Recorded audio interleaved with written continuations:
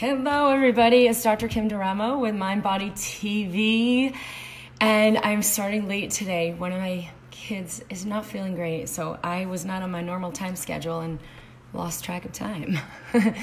I do have a guest today because, well, what we're talking about today is chemical sensitivity.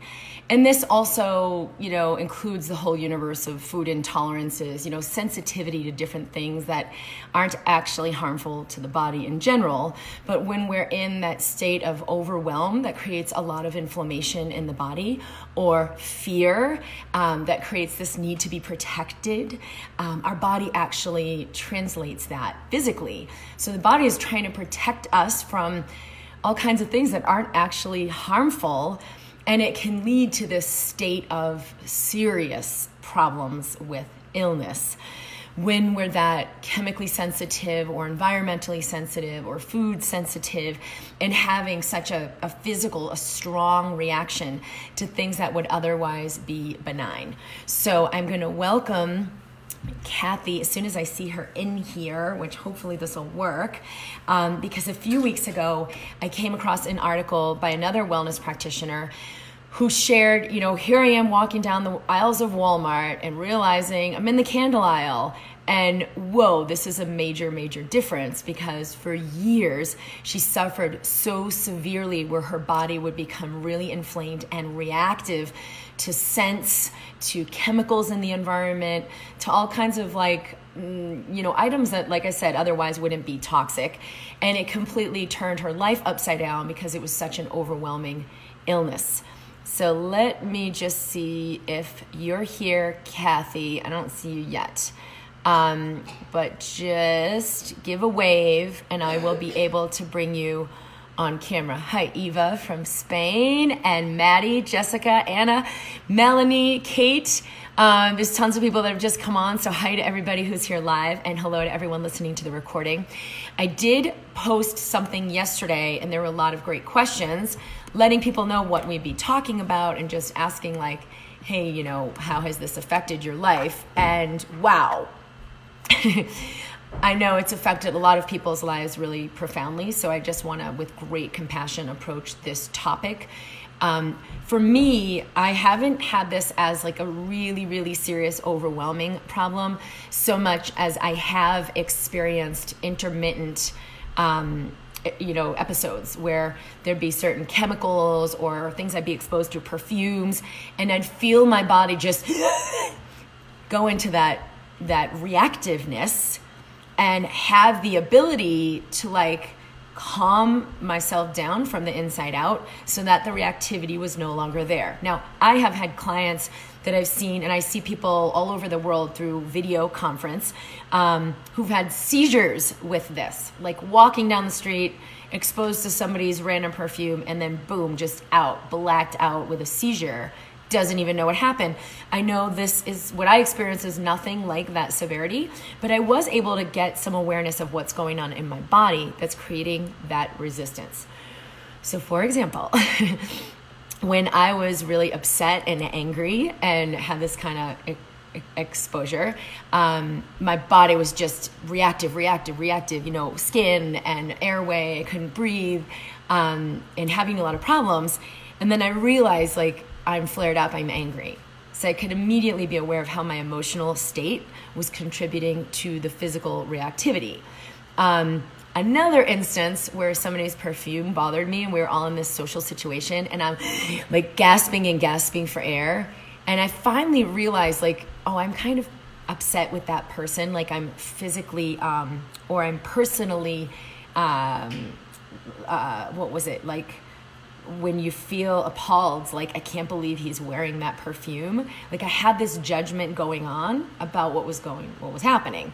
And it was really creating this physical reflex and reaction. I've helped people through some of these exact same things to kind of decipher and pull out the emotional part of what's going on so that the body can be less reactive, and helped other people, even when they had a severe issue, recover from this chronic problem. My piece, being super aware awake at a really early age, intuitive, empathic, if you want to call it that, super, super energy sensitive, has really created the ability to have insight into what my physical processes are and what's actually creating that.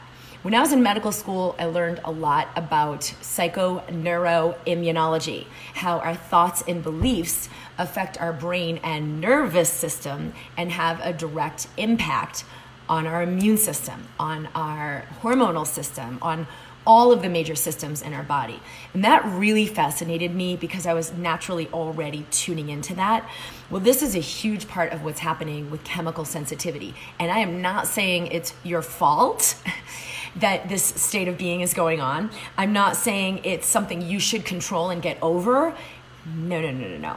I'm saying that there is a component of it that you do have a vantage point on to resolve what's happening physically and have greater resilience in your body. And Kathy was just an awesome example of that because she has resolved completely this severe chemical sensitivity. For me, it was like these episodic minor sensitivity, minor reactions and flare-ups where I would see, like I said, with this person with the perfume, when I released that judgment and that kind of indignation about how could they possibly be doing that, my body could just receive it and be in total ease with those chemicals. There was no longer the, like that asthmatic, it's like that reactive airway stuff that had been developing for me, the hives and rash and itchiness and all of the ways that the physical body can be reacting, completely resolved. So for me, it was super insightful to see like how powerfully the mental emotional component is playing into what's happening. And like I said, my background in mind-body medicine and psychoneuroimmunology, which I studied for years and years and years, just like couldn't get enough of it, really underlies, it kind of just outlines exactly what's going on in the physical system with old traumas, old emotions, old beliefs and ideas or perspectives that we're holding that have the body feel that need for protection. And that need for protection is going to stimulate the nervous system, stimulate the immune system, and that's what plays a major role in the chemical sensitivity and the reaction. Melissa says, my functional medicine doctor says I'm sensitive to things like berries, some fish, oranges, lima beans, black pepper. So there's a lot of things you're not tolerating right now. I'm always in fight or flight and think it's related to the food sensitivities.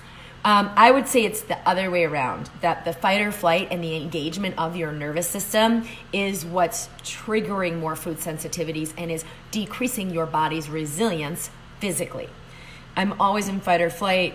It's been years now, though I'm still struggling with changing my emotional state long enough to make healthier changes in my body. Some of this can be like such a deep level of what's unconscious that you might not even know what it's related, whether it's downloads you got in childhood about I'm not okay, I'm not safe, judgment you have about your body, I hate my body, it's not spiritual to be in a physical body. A lot of these things, like I've walked people through in groups in the Embracing Health program, and it will unwind these really core unconscious beliefs that you may never even realize yourself or know is related. And we are bringing that program out as a home study program, I think within the next few weeks. So stay tuned for that.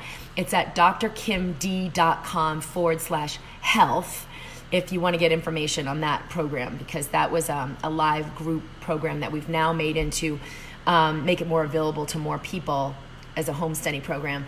But for you, be aware, and you can even have a talk with your body, like, hey body, what's going on? What do we need? And for me, asking questions like, what would it take for me to live in fluidity and ease with all of the above is always a really powerful question, because the insight and wisdom will come through. You're not answering it with your mind, you're letting it come through your receptivity at the heart. So for you, Melissa, you could ask, even if your functional medicine doctor is finding, like, here's your labs, here's what it's showing, you can ask, what would it take for my body to be in total resilience with this? That's exactly what I did when I resolved completely an autoimmune disorder. Maybe it was 15 years ago. It was a long time ago now. But I had a lot of different things going on that just, it was like elusive. I didn't know how to get better. Eva says, my question is on behalf of my son. At 4 months, we had several chemical sensitivities. Lucky we found them as before we did through trial and error. More than 7 doctors just prescribed corticosteroids. And, you know, corticosteroids is going to just suppress your immune system. If you're about to die, of course, it's an awesome, awesome thing. Modern medicine is great. But it's limited for like helping resolve a chronic illness. All right, so let me just get back here. We've got a question from Eva, and I will definitely have Kathy look at this if I have to interview her separately. All right, corticosteroids. He had eczema, which continued to spread. And we found them. We removed them from the household. His skin healed within a couple of weeks. What are your thoughts on a little boy having chemical sensitivities? Is it picked up energy from us? You don't necessarily need to go there because we all come in with our own constitution and the ways that the body wants to be honored and treated and respected. And so if this was a matter of like, okay, here's the thing, here's what we need to do, problem solved. Great, just honor that. But if it ends up being like his whole life revolves around trying to protect him from these sensitivities and make sure this is okay, and it's really disruptive, or it's disruptive for the whole family, or it's not actually like a smooth solution that you're like, this is not prosperity. That's when you want to look at what else might be going on in the energies around him, or it might have nothing to do. Okay, here we go, Kathy. You got to wave. I see Kathy. Yay. All right. So is it working yet? Here we go. No, it says waving. I don't know. Just see if you can help her get in. I really don't know. Deborah says, Debbie from New Jersey, as we learned in Western medicine, this is so different. The resistance is the key to wellness. Need to lose it. Yeah, if we're in resistance, like I was to this particular person with this awful, quote unquote, awful perfume, and I was like, oh, every time I smelled it, because I'm so aware of what's going on in my body, I was like, oh, kind of disgusted and indignant, and how could he do this? And after I realized that this was like creating too much toxicity for me, I was like, Kim, what would it take for you to let this go and just receive what's happening? Because you have the ability to do that. My body just calmed down, and I realized, could I just get him off the hook and love this person as he is and stop judging him? And as soon as I did that, it was like I stopped being the little kid who was like, oh, I'm not okay, and started being the adult who was managing my own internal state. I'm okay. And it's like, all right, Kim, I see the ways you're bothered by this. It's all right. Like, I can meet myself in that, so it doesn't need to get worked out physically. And I don't need to be reacting unconsciously, which creates a physical change in my body. So yeah, releasing the resistance is such a major part of what's going on to let the immune system resolve. It's not that you don't actually have an immune imbalance or that you don't have genetics that predispose you. I'm not saying any of that. I'm just saying that the number one factor that's been shown medically to have an effect on what's going on physically in your nervous system, in your hormonal system, in your immune system is actually this inner alignment. Hello, Kelly. We got Sabrina. I had to do SE therapy, I don't know what that is, to get those deep traumas that were unconsciously holding me in a really fearful place. It's been amazing how much peace and gratitude I have access to in myself now. I tried so hard for so long to just be more positive, but I couldn't hold that energy. Well, that's one of the biggest things in the Embracing Health program of how I've devised, bring people through this integration. It's not about being positive. And it's funny how many people think my work is about being positive. And I'm like, oh, no. Because that's crap. Like, I'm not just this, I'm positive person. And the more you try to be positive, the more you're going to fall on your ass. Because the more you're positive, you're actually just creating more resistance to the quote unquote negative. So try it. Have at it for as long as you like to kind of prove to yourself this is not, serenity. This is just a struggle about judgment and fear of this negative thing. When you can actually be in neutrality with all that is, the things you think are good, the things you think are bad, the things you like, the things you don't like, the judgment you have about yourself, and the way you think you shouldn't be judging yourself, but you're still doing it. Can you just be in neutrality with that? Which is what I mean when I talk about accepting what is It doesn't mean, oh, I just accept it, it'll never go away, so I resign myself. No, embracing what is actually neutralizes it. So I'm no longer in resistance. That's exactly, each time I'd go into chemical sensitivity is exactly how I would resolve what was happening physically, is to release the resistance by neutralizing what was happening. Now, for many people, it triggers so much fear and such an immense anaphylaxis. You got to do some other things in the meantime, but you can over time change the way your system is so reactive. So it's not like just watch yourself go into anaphylaxis and just try to be positive, because that's not going to work. All right, Sabrina says, I totally love and agree. It's not about being positive, but I just couldn't feel much else besides the fear and anxiety. Yeah, which is why we've got to kind of Kathy, go out and come back again. You've got to be on your phone, and you've got to be in the Facebook app. And when you're on your phone in the MindBody community, there's going to be a green icon. You may not have the most updated version, and that might be the problem. So we can look at that. But it's okay. We'll stay another 10 minutes, and then I will call you. We can do this as an interview. All right. Amy says, I was super excited for this live. I was diagnosed with mast cell activation syndrome last year. And I just want to add a little aside. If you've been diagnosed with something that's like brand new as of the last 10 years, this is an example of how the more reactive we have become in our bodies, because we've been so disconnected and conditioned to be disconnected from what we're actually feeling, the more crazy, strange ways the immune system becomes distorted. And then it's like there's more and more and more ways, more and more names for these disorders. All right, you are coming. I'll finish Amy in just a second. She says, I followed a different route and started following you instead after they told me to start a cocktail of various antihistamines. I physically feel great 1 year later. I can eat and be around whatever I want. I do sometimes still feel the nervousness around what I had been told by specialists, and I'm wondering if it may ever come back. So start neutralizing the fear of what they told you and the judgment you have and what you're making it mean. This is another big piece in the Embracing Health program, is becoming aware that you're giving power to this doctor or this diagnosis, even though you know and have seen that something else is possible for you. So you can just neutralize that fear around this diagnosis or the lab tests or wherever you're giving your power, because right now your body's in harmony.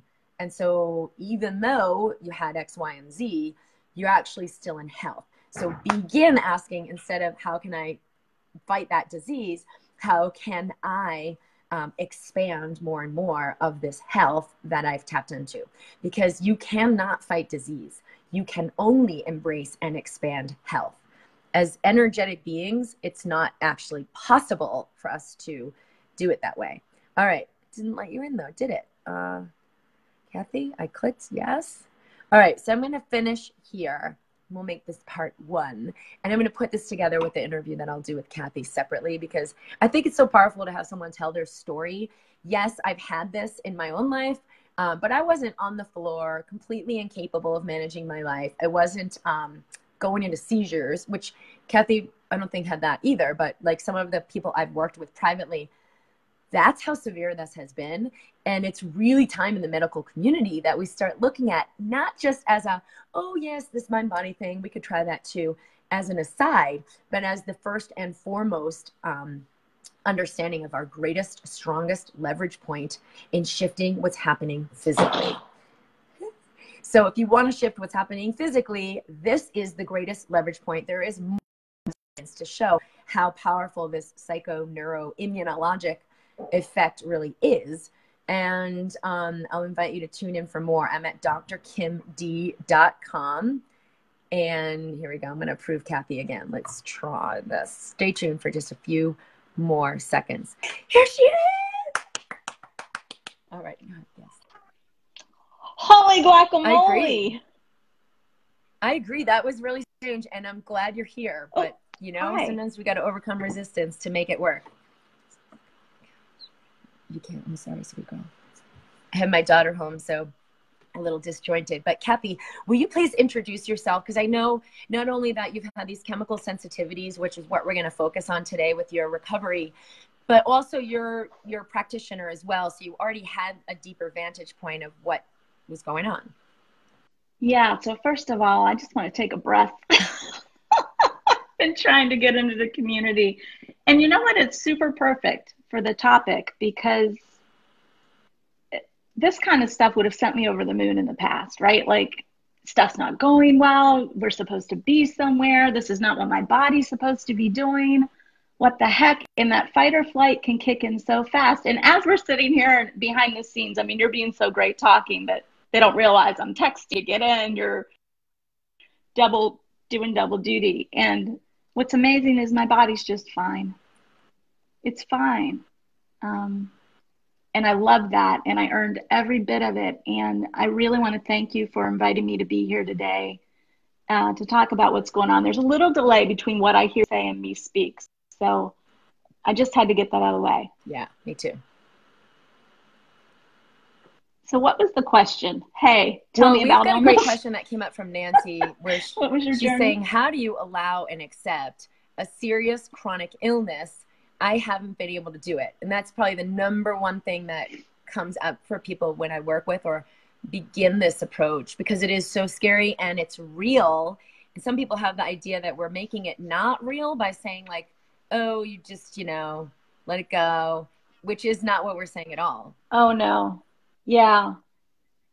No, it isn't what we're saying. And thank God people like you exist. I would have killed to find a doctor like you. And I'm so glad that you're in the world. So thank you for doing what you do. No, we're not saying it's not real. This stuff is real. And in fact, that was the biggest obstacle I had to overcome was, anytime people suggested the thought that this was in my head in some way, what I heard was, you're not processing your emotions well. You clearly have past things you haven't recovered from. What I heard is you're not doing a good job, and what your symptoms are don't really matter. And it wasn't true. And so I feel you when you have that obstacle. In fact, when I got sick, I was actually a life coach, and I was all about manifestation and about what you say happens. And illness didn't care.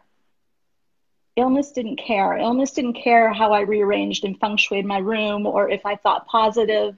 Illness was like, you're going onto the floor. And by the way, I did have seizure stuff, so I am in that category. And I will post a video to show you, because it's one thing to hear some person talk about healing. It's another thing to see how bad it was. And I could not breathe. I could not walk in the store. I could not sit in my room without stuttering. Every time I ate something, I was in tears, almost like a 5-year-old crying because it hurt so much. I didn't know why. So the question is, how do you get to understanding? Well, first of all, I think you have to uncollapse the thought that there's something bad or wrong with you if you have emotional work to do. We tend to view trauma as just a brain experience. And the truth is it's a full body experience. And even if you've done all the work to forgive and heal, which is where I was, I'm like, I don't have issues with people, family. I've done all the work to heal all my stuff. If this is mental in any way, why am I having this symptom? Well, because the body remembers. So you can mentally be in a great place, but your body still has some things it wants to sort out. There's that great book, Why Do Zebras Have Ulcers? Or Why Zebras Don't Get Ulcers? Because they do the work to shake out trauma. And it can be the most minute thing. It impacts you down to your soul. You could have had an experience when you were little where you lost the spelling bee, and it's still stuck in there that you can't find the words for things. So suddenly you spend the rest of your life in this pattern of not saying what you feel because you don't want to be embarrassed, and you're swallowing it down. And now you have the terrain that's ripe for things to cause infection, that's ripe for things to go out of balance. So this isn't an either or conversation. This isn't either you really have something going on with you or you have something emotional. This is, I want to see health change. This is a partnership. I know. She's like, yeah. It's beautiful to point that out, right? That it's not an either or. This isn't a, you really have something wrong with you, or it's an emotional component. I've never, ever, ever in the emergency room or in my mind body practice ever seen a person with physical illness where there wasn't an emotional component tied into it. And I've never seen a person with chronic illness that wasn't resolving that didn't have a primarily emotional component holding it in place. And that's, as a physician of 15 years, and wasn't resolving. That's quite a substantial statement. Right. Yeah, and wasn't resolving, I think, is the key. I think there are different points at different parts of this journey that we have to take into consideration when people talk. If you've been sick for 3, 4, 5 years and nothing you hit is resolving, and I did all of it. I did chemo drugs, I did biologics, I did prednisone. I was at a point, I'm like, I'll drink cat pee if it helps. That was me. I did things, I won't even talk about what I did. If all of that stuff isn't moving the needle, you've got to deal with, there's an area that you're not looking in. And it's not a bad thing to reevaluate areas you've already visited, because new things open up all the time. You know, I'm really lucky early on in my treatment, a great naturopath talked to me about obstacle to cure. And she said, Kathy, anything can be healed. You just have to figure out your obstacle to cure. Once you figure out the thing that moves the needle, the dam's going to open up for you and all the stuff starts falling into place. And if nothing else, even if you resist the thought that your emotions are part of this, right? Just be willing to consider that maybe there's something out of your view that's impacting you. Maybe it's not even something you regarded as serious, that the dealing with can open up a whole bunch of other things to automatically correct and heal. That's what we're talking you know what about. I think for so many people, the obstacle to cure is the very thing that's leading them to seek and seek and seek and seek, is we make ourselves wrong. It's like, oh, you just haven't done enough yet. Oh, I got to do more. Or haven't done it right. I got to do more. So there's the fear of I have to do more. I have to do more. And then like making it wrong that you have this situation. And so then it's like, my fault. Where have I not gotten it right? That's the number one thing I think has created the greatest resistance. And when I've worked with people in groups and embracing health work, unwinding that has led to the most opening for so many people where it was previously such a conundrum. That's the thing. It's so powerful. And perfectionism, I think part of the problem, I know it was for me, is I was a real perfectionist and I thought that was a good thing. I didn't know I was a perfectionist. What I would have said to you is I'm early to go to the airport, and that's good because I'm on time for flights. And I almost had like this arrogant pride around some of my practices because I thought, and the truth is they were good things. They were things that helped me manage my life. But we know people that have a lot of trauma spend a lot of time trying to be perfect, trying to do the best job. And so when you conquer illness, like I conquered illness the way I conquer everything initially, just do the right thing and fix it. And I thought the more I researched, the more I learned, the more I'd fix it, the better off I was going to be. In fact, at one point I was like, all I want is to figure this out before I die. If I can just figure out what it is. Well, and I'll insert right here that, because I can hear so many people, well, what is it? What is it? What is it? How do I find that?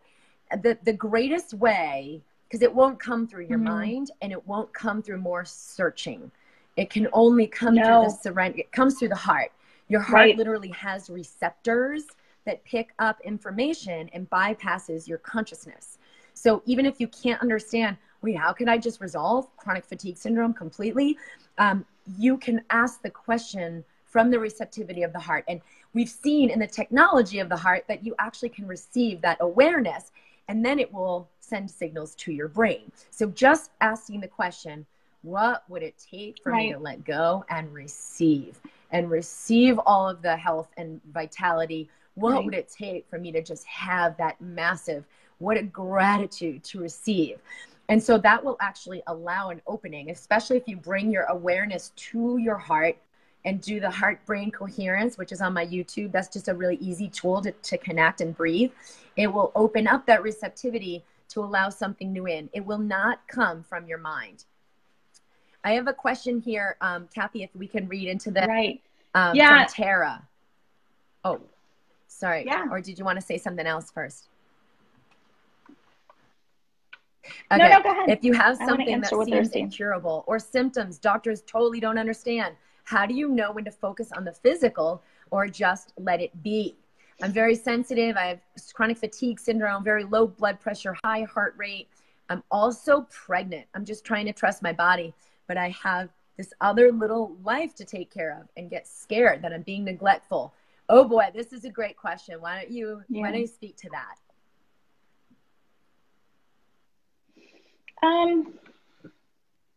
Well, Tara, I remember feeling that way. So I understand what you're saying. I remember saying, how will I know if this is something really serious or not?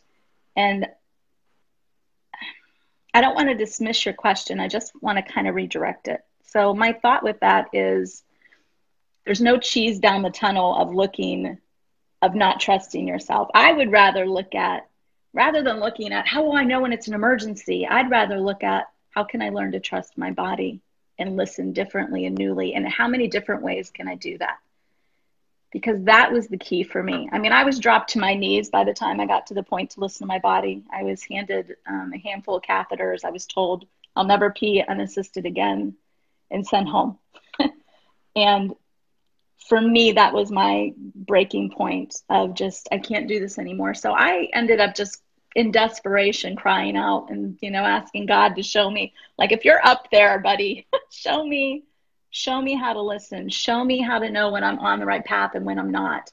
And I just started this intense dialogue with my body. So where I would start isn't with how will I know what's less dangerous or more dangerous. I would change that question entirely to, body, show me how to listen to you. Teach me how to listen. How can I hear you differently? And implementing techniques to do that. That was beautiful and very well put. And I would just add, when we listen and tune in, we are more, not less, likely to respond to our physical needs. When we tune in, we are more, not less likely 100% to respond to the things that are truly needed. And as an emergency, I've never, ever encountered 100%. an emergency. And of course, we would see true emergencies every day that didn't benefit from me tuning in to my body and coming into greater space of pure awareness first. So even when it was a true emergency, the last place, and any good, really great ER doctor I ever met never went into panic and fear and geared up and, oh, this is not okay. That was the exact opposite. It was like, all right, I know that I know. What do I need to do? And then with that clarity, you can respond. And you'll be more responsive. I know that I know. That is one of my favorite, it's one of my favorite sentences. I know that I know.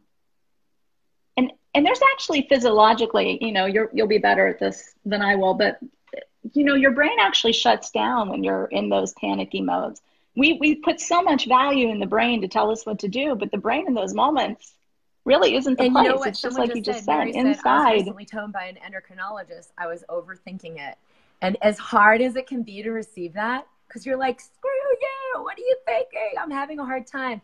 But that's exactly what happens. You are. We're in the mind, and all it will create is more stuff to learn, more processes to do, more stuff. And actually, if we come back into the heart, it can be an instantaneous shift that literally dissolves all of that.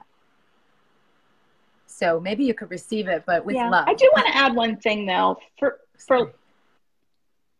do want to add one thing, though, for really logical people, because I'm a logical person, too. One of the things that really helped me on the court was so when you're not in crisis, right? So when you're not in crisis, we all have this baseline that we're at.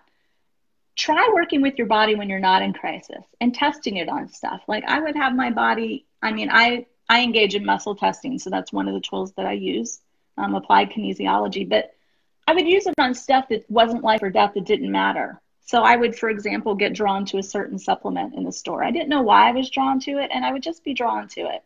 And I'd be like, does this feel good for my body? And I would check that on multiple levels. So kinesiology might be one way to check it. Another way might just to be, how do you feel like near that supplement, which sounds so non-scientific and goofy, but just test yourself. Because what I found over and over again is I would pick something up, no knowledge of the thing, by the way, and I'd be like, if I'm right, what would this happen to help with that I'm dealing with? And I'd go home and I wouldn't take anything or do anything with that knowledge. But then I would look at it and I'd be like, holy crow, this is something that really might make a difference with something. So you don't want to throw your mind out the window or your brain out the window. But there are ways to test it that are easy. Try it with foods. If you're somebody who's food intolerant, feeling what food might feel good to you today rather than thinking about all the FODMAPs and the oxalates and the specific carbohydrates, and just feel like, body, what do you need today? Show me. See if a picture comes into your head.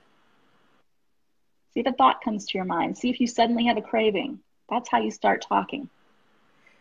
There's that exact question from Nancy. I've asked my body what it needs, but I never get an answer. Is there something I can do to help with that? And that's exactly why you want to tune into this area of the chest, right around your heart. Where your attention goes, your energy flows. So you want to put energy into that receptivity of receiving that wisdom.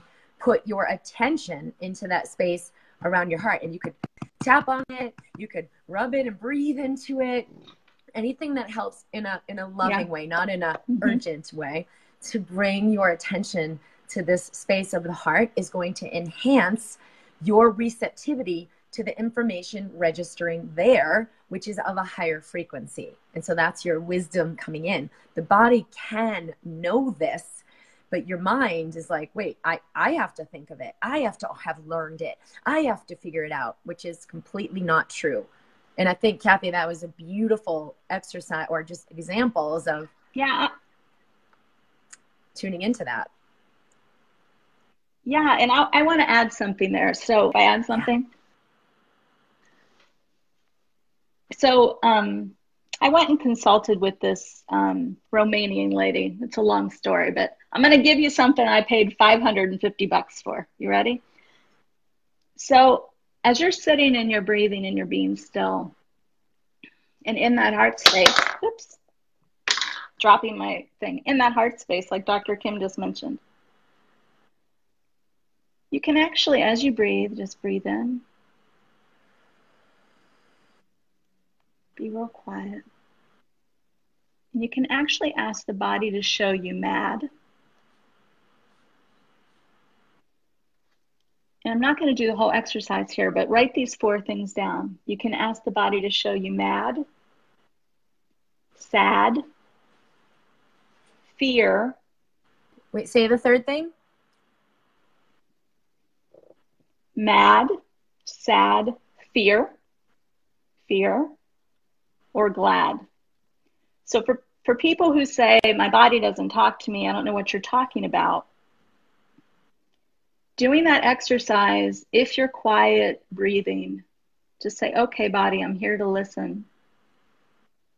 Show me mad, sad, fear, or glad. You will notice usually a sensation that accompanies one of those 4 things. And here's what I want to say to you. If you're somebody who says, I don't feel anything, feeling nothing is also feeling something.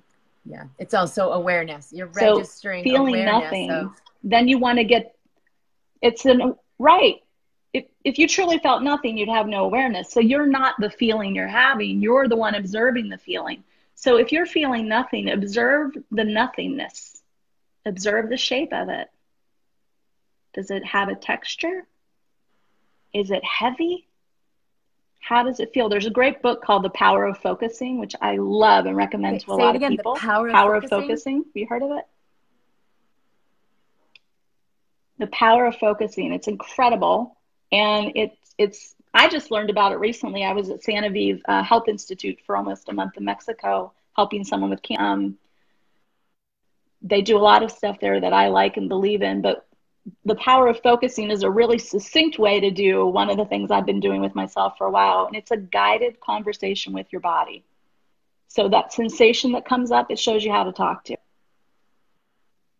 which is a different way to deal with pain than how we normally deal with it. What's the best way for people to tune into your work?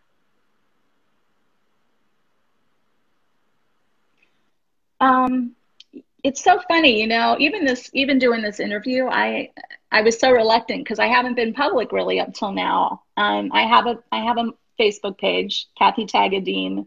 It's Embrace Your Healing is how you'll find it on Facebook. Embrace Your Healing. You can find me there. I'll be doing stuff more publicly. It's funny because Embrace Your Healing. Embrace Your Healing. Yeah. That's like the premise of my work is about embracing health. So we're already so aligned, and I'll tell you this, you got to come out with this. You're going to come out with this to help a lot of people because you're really we're coming out. Yeah, Yeah, thanks. It's been a journey, and it's been really a blessing to share this work with people. And I have been doing it and getting people have been asking for more, so now I'm sharing Well, more. I'm looking forward to that. I'm in love with you. I'm so glad we met. I think you're amazing, and you're really speaking from a very grounded space of truth. So you can feel it, because I'm super energy sensitive. It's all about resonance. You can feel the resonance of what you're saying and what you're sharing. It's not just information. And for everyone listening, you'll know the difference. Like, if people are sharing information like, oh, your mind can heal your body, and here's this and this, and here's this cool tool, but it actually doesn't, you don't feel it cellularly transmuting anything for you. But when we've listened to you share, there's no like, I have goosebumps, and I'm feeling this warmth and tingling and a richness, because you're in a frequency, and we transmit frequency with our voice, with every part of our being. But I want to just honor you for that, there's something very, very powerful. And so come out of hiding and get ready, because you're going to be really sharing this with a lot of people. Oh. Now you got me crying. Thanks, Thank Dr. you for Kim. being That's here. really sweet. I really appreciate you inviting Are there me any today. last Thank minute you. things you want to share, or people have like last questions before we complete? So Facebook is embrace your healing. Is that what it was? Yeah, embrace your healing, or just follow my link to MindBody page. Can we talk quickly about mold? Yes, because somebody wanted to do that, mold, and I said that I would. Because I know for chemically sensitive people, like, this is a deal. So I want you to know, like, I didn't start in the mold community, and we all know if you're in the communities, I don't identify as a moldy person. However, I dealt with mold illness. I had to sell my car. I had to renovate my house. I had to wear a mask. I was on oxygen, and was told all the things that a lot of people dealing with chronic mold HLA mutations are told, which is move out to the beach or the desert, sell your house, all those sorts of things. And I just want to say to people that are dealing particularly with chemical sensitivities, you guys, I was told I wouldn't even be here. Like, the last time I saw a doctor, they were like, if you do not change something, you won't be around in a year. Because my cytokines were so bad. My all of my markers were just so high. My body was covered in rashes. So I just want to let you know that if I can heal this, you can totally heal this. You're not destined by the genetic profile you have. Something kicked this on, and something's going to turn this off, and the something is going to be you. You are the something, and the sooner you quit looking at all of these people. I'm not saying, by the way, you're not going to use these people. You'll use Dr. Kim's. Thank God for Dr. Kim's. You're going to use her. Use someone like me. But the difference between hoping they're going to have the answer for you versus you saying, I got this, I can trust myself. And if I can't trust myself, I'm willing to trust myself, and I'm going to learn how to trust myself. And I'm going to pick and choose who to bring into my team, because not everybody deserves space on your healing team. I don't care what their credentials are. They don't all deserve the space. You deserve the space. Invite people. Don't seek desperate people, or be desperate in seeking people. Well put. Beautifully well put. That's what I want to say. That was perfectly put. I want to just speak to this one statement from Mary, about that statement was so dismissive and inappropriate from my doctor. If you've struggled with chronic insomnia without relief and have had hypothyroid and cannot reach a euthyroid state, it's beyond frustrating. And to just really honor what you're sharing, and, to have that doctor tell you that, you're just overthinking it, is incredibly dismissive. And when I was saying, to receive that, receive it from a space of, oops, she just went away. Receive that as best you can from a space of, how could this be the best moment, the best thing that happened for me? To receive that there's wisdom in you that goes way beyond what any doctor could possibly tell you. That is never, ever something that's in your head, or is your fault, or that you're just creating this, or you need to get over it. I hear people all the time when they're tuning into these deeper realms of what's happening in their body. They'll say that they've been told on some level, like, you just got to get over it, because so many people, they don't have the capacity to receive that level of their patient's pain and the insight of what's really going on. So I am sorry about what your experience was with that comment being told by your doctor, and nobody deserves to have it to be dismissed like that, because there's wisdom in you and you can tune into that. All right, she's coming back in. Good. Here we go. Thank you. I don't know why I'm well, let's disappearing, invite people but to your okay. Facebook group who want to play there and connect with you more fully. And your last name, let's just spell it, because Kathy, T-U-G, how do we spell it? T-A-G-U-D-I-N. Okay. Tagudin. Tagudin. Thanks everybody for your comments. And for, yeah, you can find it on there, and that's nice. Okay, sorry, go ahead. Yeah, no, you're fine. No, thanks for spelling it, and thanks to everybody too. This was quite the adventure, but how exciting, because the next Facebook Live we do is going to be amazing. It is going to be amazing. We'll have it all worked out. It's always all good. You just got to going to be amazing. It's going to get created. I have a practitioner roll with it. and that's one of the biggest things I let people see is like, I'm willing to do things imperfectly, because it's just, there's no way it's going to happen the way you think. It's always going to happen. And like you said, you can't let yourself get in a tizzy about it, because then there's no flow. And the most important thing is that I embody my own ease and flow, and that's the contribution I can be. Zabi says, this was amazing. Much gratitude and love. Nancy says, thank you for these answers. Rachel, this has been amazing and inspiring. So yeah, Kathy, despite the weird little technology snafus, and I've had a little glitchiness over here, I'm so glad we did this. And thank you for being here in MindBody TV with me.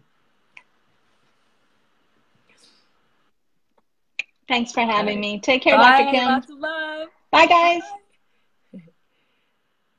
Bye, everybody, and lots of love. I'm at drkimd.com. I'll be here every Wednesday at 11 a.m. Mountain, except today because it was like 11:20. But you want to say hi? Say hi quick. We got this little angel bugger here. She didn't feel too good. Say hi to the peeps. Hi. This is Gemma. You wanted to say something? Yes. What do you want to say? It's okay if you don't understand. You can just watch this whole thing again, and just so you know, this is the best mom I've ever had in my whole life. I love it. All right, everybody. Lots of love. Celebrate yourself today. Find one way to really celebrate yourself. I'm the best mom she's ever had. So that's, how's it get even better?